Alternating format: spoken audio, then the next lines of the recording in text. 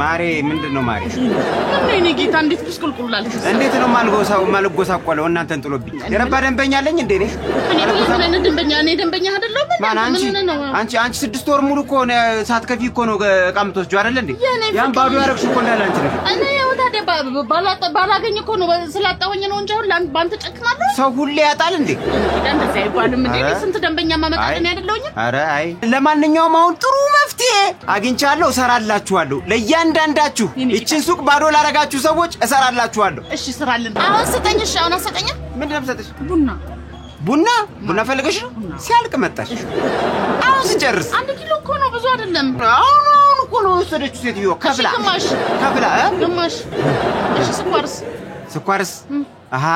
እኮ ቡናውን ሌላ ቦታ ከፍለሽ ልትገዢ ወይ እኔ ካንተ ውጭ መቼ ምንም ነገር ገዝቻ አላውቅም እቤት ያለው ለቃቅም ያፈለለው ብዬ ነው ስኳር ካለ ስኳር ስጠኝ ልክ እንደጨረስኩ ነው የመጣሽው ሁለቱንም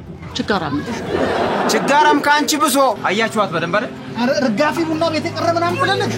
ምን አይነቷ ደፋር ናት በእናት እንደሰማችኋት ነው ቡና ርጋፊ ያለ ይበላለች ቤት እንዴ ግን ስኳር